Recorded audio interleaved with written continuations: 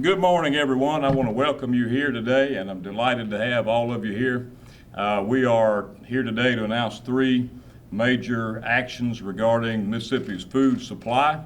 As I mentioned last week, we do not have a crisis in food supply here in the state of Mississippi or in this country, but we are taking three actions today to even greater strengthen our local food supply chains, provide more options for our Mississippi's farmers, for our consumers, and also to plan for the future, some long-term plans that will enhance Mississippi's processing capacity in the state of Mississippi. I want to welcome all of our guests here today.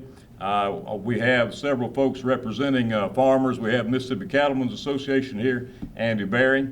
We also have Farm Bureau represented here. Is Mike? I didn't see Mike here yet, but he's supporting on the way. Chairman Bill Pygott, Representative House of Representatives, Chairman of Agriculture, a great friend of mine and a great supporter of Mississippi agriculture, and appreciate all of our legislators who are returning today. I also want to thank the Mississippi State Medical Association for being here. Dr. Jennifer Bryan is the chairman. Also, Dr. Carlos Latorre, the medical director for Medicaid here, is in support of this local food initiative, and we welcome them. And I want to say a special thanks to our staff, to Paige Manning, Lane Milton, to Claude Nash, and Jason Price, who's been working on the IT side of this thing. Thank you all for all you do. First, let me reemphasize, we do not have a food shortage in the United States of America. We do have strain on certain processing plants in different parts of the country. And we've been working closely with our officials here in the state of Mississippi to make sure that we do not have that kind of strain in our processing capacity. And I want to thank all those on the front lines of that. What we have had is a processing slowdown in certain parts of the country. And you've seen on television certain animal depopulation. You've seen produce plowed under in parts of the country. We've not seen that here in Mississippi. We don't want to see that. But based on what has happened out west, I think this is the right time for us to take action that will enhance local food supply, create additional opportunities for our farmers, and make sure we have plenty of food on the shelves and process it here local. What I'm talking about is local Mississippi food for local Mississippi people, thanks to our farmers who are working through this crisis. We have seen initiatives at the national level to combat the oversupply issue. USDA announced $3 billion to buy surplus produce and dairy and other commodities, poultry. We have seen soon, the middle of this month, there will be a box food program that will be distributed by USDA. We also have seen the USDA establish a National Incident Coordination Center for farmers who don't have anywhere to send their livestock at this particular time, livestock that's piling up in feedlots, et cetera. President Trump signed last week an executive order to make sure our processing plants have everything they need to stay open. We've been honored to be a part of that by distributing PPE to our local processing plants here in the state of Mississippi, red meat, pork, poultry plants across the state, and also the Board of Animal Health has been a part of that. Thanks to them and to our Meat Inspection Division for getting that done. And I noticed this morning the President has announced that he's looking at an investigation on possible market issues with the processors out west, and I know that's an issue that's on the minds of every farmer in the state of Mississippi, every cattleman. No meat processing plants have closed in the state of Mississippi. We have been on the front line of that effort to make sure that doesn't happen. We've also been working closely through our Meat Inspection Division, monitoring the situation in the meat processing plants. It's hard to tell whether COVID is spread inside a plant or in the community. Certainly there are communities in this state where COVID is more prevalent than others. And so I want to applaud the processing plants for taking action to keep our workers safe. And by distributing PPE to them starting this week, that's going to be another step we can take through the process. We've also encouraged grocery stores not to impose artificial limits on the sale of food products, specifically milk in particular, but certainly it would apply to anything. That the greater risk for COVID, though, is not that the COVID will cause us to have a food shortage, but that people will panic and hoard and overbuy, and that's something we just don't need to do. We all need to be a part of the solution by buying what we need when we need it for a week or two at a time, and buy for our neighbors. There's plenty of food out there. The issue we have now is oversupply and a lack of processing facilities around the country.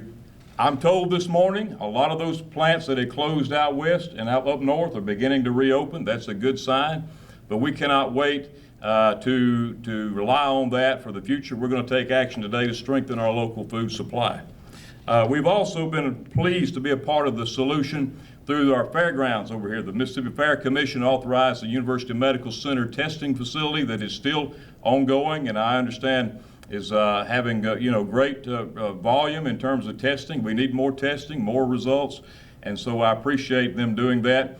Earlier this week, we were able to authorize the conversion of the old Trademark building that's scheduled to be torn down. And this summer, we've turned that into a PPE sanitization system, state-of-the-art system where hospitals and healthcare workers can deliver their PPE so it can be cleansed, sanitized, and sent back out for reuse.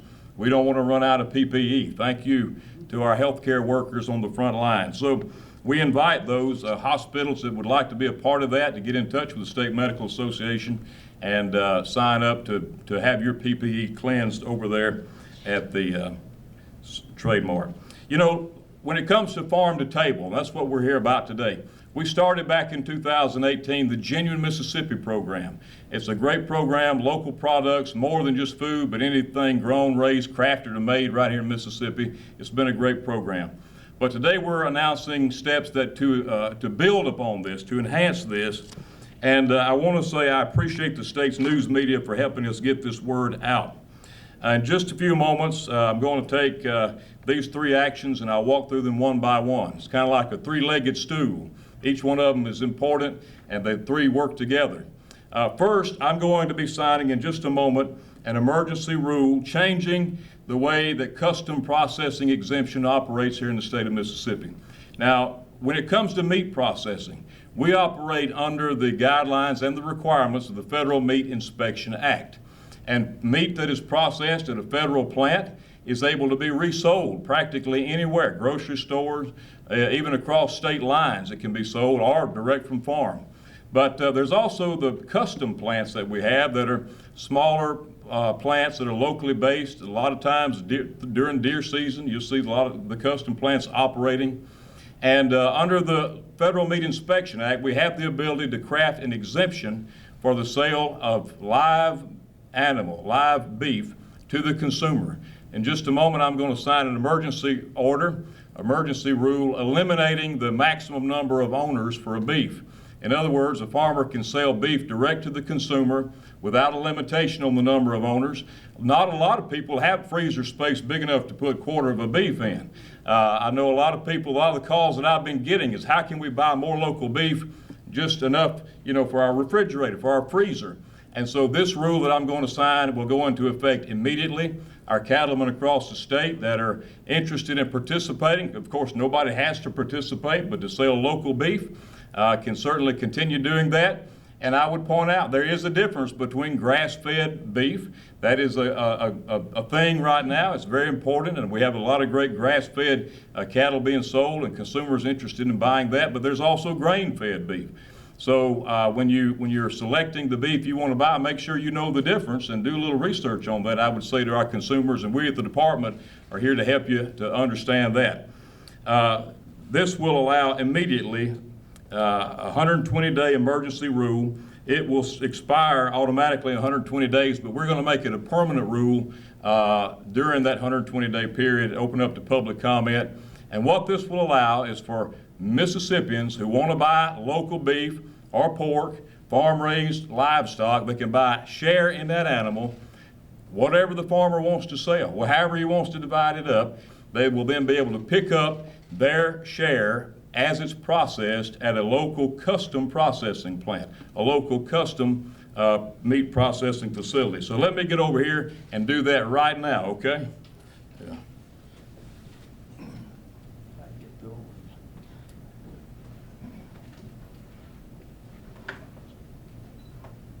Okay, ready? Here we go.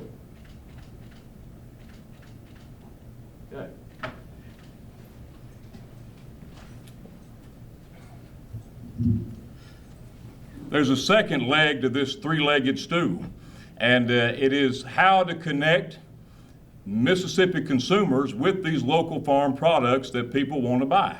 People aren't going to the grocery store now. They're not able to get the particular style product that they want. They're not able to get the quantity that they want. They're calling our office. How do we buy local from a local farmer? And today I'm really excited to announce the second initiative, which is the Mississippi Farm Marketplace. The Mississippi Farm Marketplace portal is a place where any farmer growing any food product in the state of Mississippi can go online, and within 5 minutes they can register, offer that for sale, upload their photos. Consumers can go there from anywhere in Mississippi. They can shop by county, look locally what they want to buy, make their purchase with the farmer, and then pick it up as it's arranged between the farmer and the consumer. The Mississippi Farm Marketplace portal is live now. I think it's so new, Google hasn't even picked it up. So you go to www.msfarmmarketplace.com, and we already have some farmers that we've helped to sign up. Some of our genuine Mississippi members and others are signing up. But this is open for anybody without cost, and we think it's going to be a great way to connect Mississippi consumers with Mississippi-grown produce, honey, eggs, dairy, meat, live animals. We can certainly grow anything worth growing in the state of Mississippi, and we do it better than anybody else. And so I want to ask Paige Manning to come right now, our Director of Marketing. She's going to walk through how the portal works, and after that, I'll move on to the third leg of the stool. Come on, Paige.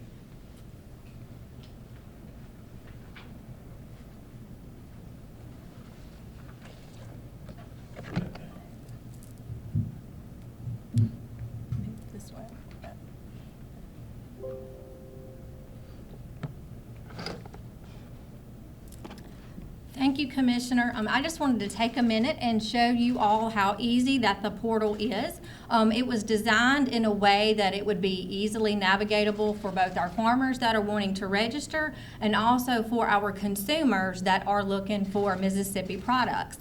So like Commissioner said, when you go to our website, msfarmmarketplace.com, this is the page that you will come to.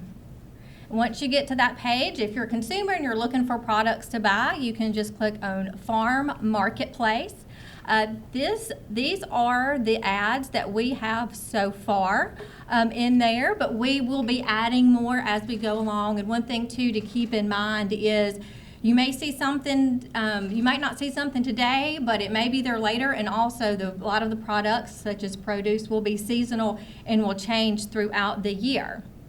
So for instance, if you are looking for a particular product, you can select the commodity that you're looking for. From that, you can select a sub-commodity.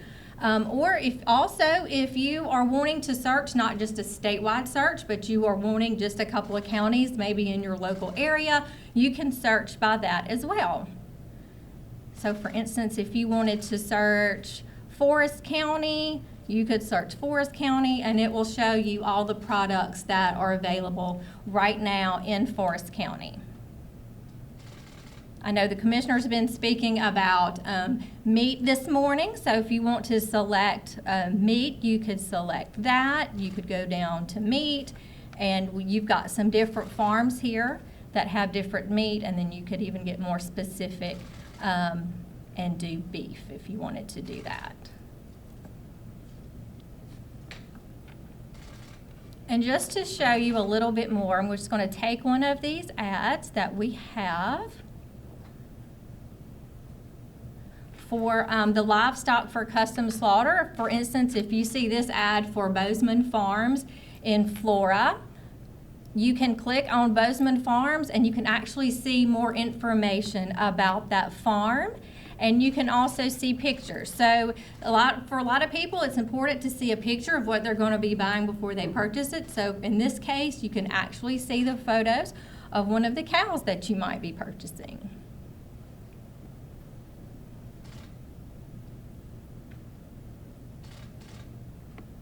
And for those farms that are members of our Genuine Mississippi program, we do have that designation. So for instance, Ryer Farms in Lena, if you click on Genuine Mississippi right here, it's going to take you to Ryer Farms' profile on our Genuine Mississippi website.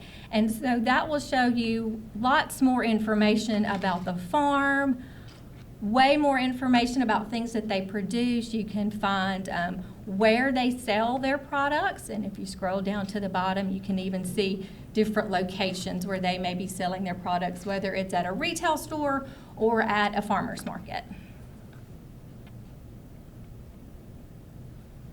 So now, just to take a few minutes, I want to show you how simple it is for farmers to actually make an account for the program and put their information in.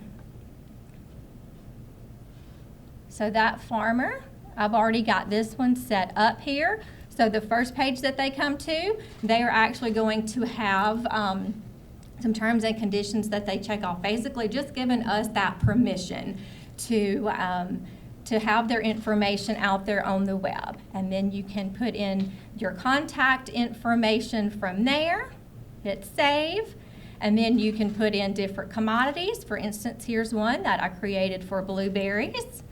If you click on that, they just come in here and they just basically, they put in their commodity, such as fruits. Got the blueberries here, a description, fresh blueberries. We've got a beginning and an ending date, and that is when the farmer thinks that they will have that product available. If it's something like fruit and maybe they sell out, they can easily log back into the portal and change that date so you know it's no longer available. How the product is sold, whether it be by the gallon, if it's sold per pound, something like that, and also the quantity there. One neat thing again about this is that it does give the farmers the opportunity to input a picture of their product. And as the farmer is actually putting this information in, it builds the ad for him or her. So under fruits right here, he or she can actually see a preview of what their ad looks like. So if there's something that they want to tailor in the description to fit more about what they want to do, they can do that.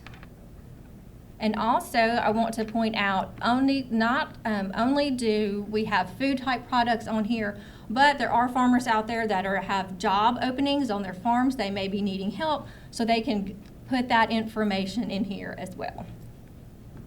Also on our website, of course, we have our contact information for anybody to get a hold of us if they're having any problems. We also have a message from the commissioner and a video message that you can watch as well, where he talks a little more in depth about the program. And of course, we have links to our Genuine Mississippi program. Oops.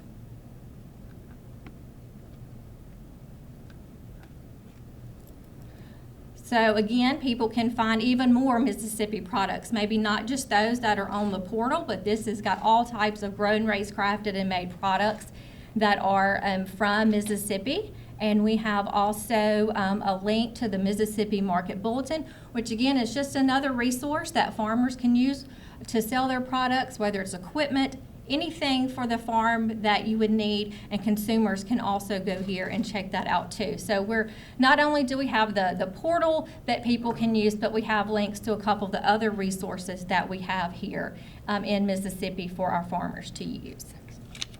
Thank you, Commissioner. Thank you. I do want to point out that this portal, the Mississippi Farm Marketplace, is a service of the Mississippi Market Bulletin, the second largest subscribed newspaper in the state of Mississippi. And I want to encourage every one of you to get a copy of it as you leave. The editor, Claude Nash, is here. He's right over there, as a matter of fact. Claude's been doing this a long time. A great publication, a great service for our farmers and for our consumers. And now we're taking it to the Mississippi Farm Marketplace. Thank you very much. The third initiative that we're announcing today may be long-term one of the most significant actions that we've taken in a while. And that is today we get calls from farmers, from ranchers, folks who have cattle to be processed, for example, and they cannot find somebody to process their meat because our processors are full. They're at capacity. There's not enough processing capacity to get another beef processed for the particular time frame. And so, as we have seen with the plant shutdowns out in other parts of the state, we are determined that we will have more processing capacity in the state of Mississippi.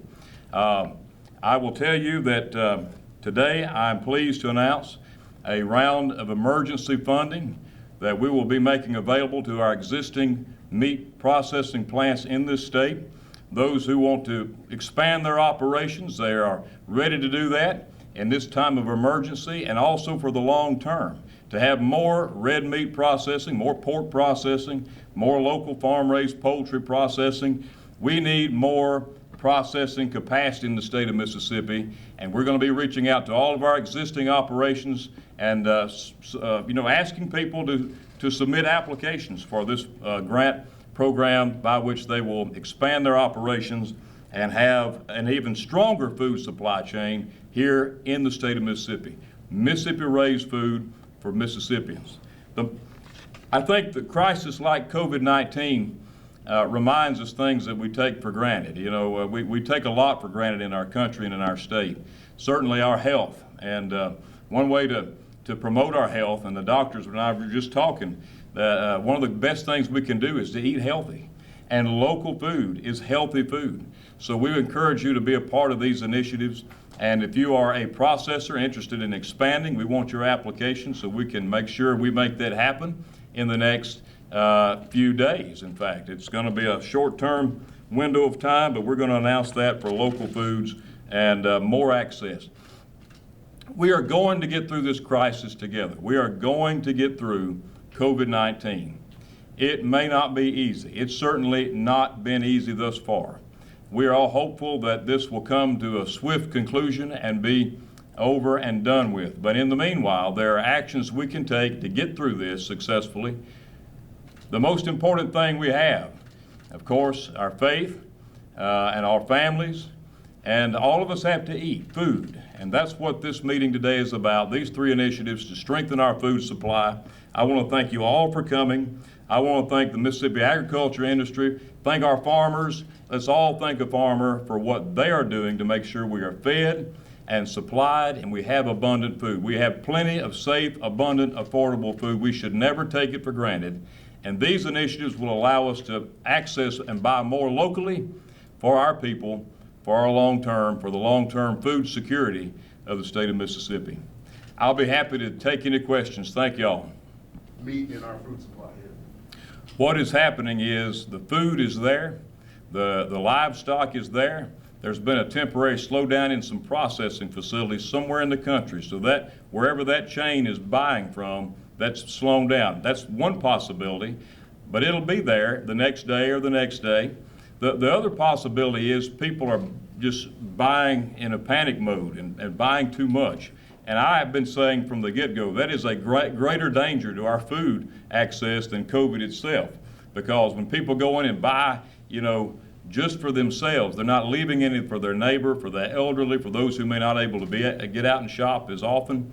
And so that's one of two things that are happening there. Panic buying, or it could be that some particular plant slowdown has hindered the delivery of those processed products to the grocery stores. The actions we're taking today are going to make more local access for our processed meats and other foods. Grocery stores. It's certainly we have a lot of cattle, a lot of beef, and a lot of pork in this state. We are the number 5 producer of poultry in the country. So I would say that when you buy chicken at the grocery store, it's a really good chance it's Mississippi chicken. Certainly a large percentage of our beef supply is Mississippi produced. For those who sell and the cattle are shipped out west and fed out, that kind of gets lost in the process. So we don't have a hard number as far as that, but what we do know is we have these genuine Mississippi companies who are raising local beef, and they're already signed up to sell local beef to Mississippians. And I hope that after today, we're going to expand that and that we get a much higher percentage of beef and pork and certainly poultry as well. Our farmers are hurting right now. Farmers were hurting before COVID-19. And like a lot of industries, we're hoping for a really good 2020. We had just gotten some really great trade deals done, looking for better prices. And then when the bottom fell out, essentially 50% of the domestic market went away with the closure of schools and restaurants. That applies to dairy, it applies to meat products and other. But when that happened, then those prices began to drop.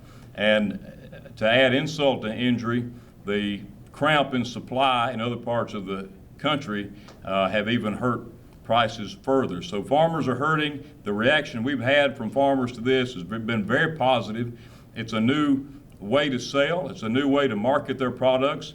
And the great thing about this is farmers get to keep the profits instead of going to some middleman in the middle of the process. And it all stays here in Mississippi. So I'm very encouraged by the response of our farmers, and we want every farmer, every cattleman to certainly feel free to sign up to msfarmmarketplace.com. Thank you. I expect that a lot of the produce, a lot of the food that is bought, the surplus produce, will be from other states, because Mississippi is just now getting into our prime time for the produce season. And one of the great things in Mississippi is our farmers markets have been open, grocery stores have been open, so there's still been a retail source for produce. I think, though, there will be a lot of milk. There's been a lot of dairy farmers in this state hurting, no supply out there to buy that milk. Cows are still giving milk, they still got to be milked, and you can't just store it indefinitely. So there has been some milk, excess milk, and I expect there'll be a good amount of Mississippi excess milk purchased under that $3 billion produce and dairy purchase program. Any other questions? Well, I don't see any. I want to thank y'all for coming. Thank you for getting the word out. Thanks to our Mississippi farmers and farmers all over America. We have the greatest farmers, the greatest agriculture industry in the world. We not only feed our own country, we feed a lot of the world. But this is a time that we can redouble our efforts to strengthen our local food supplies, help our farmers, buy local, eat healthy. It's a win-win-win for everybody. Working together, we will get through COVID-19, and we will be stronger on the other side. Thank y'all for coming. God bless you. God bless Mississippi, and God bless our farmers. Thank y'all.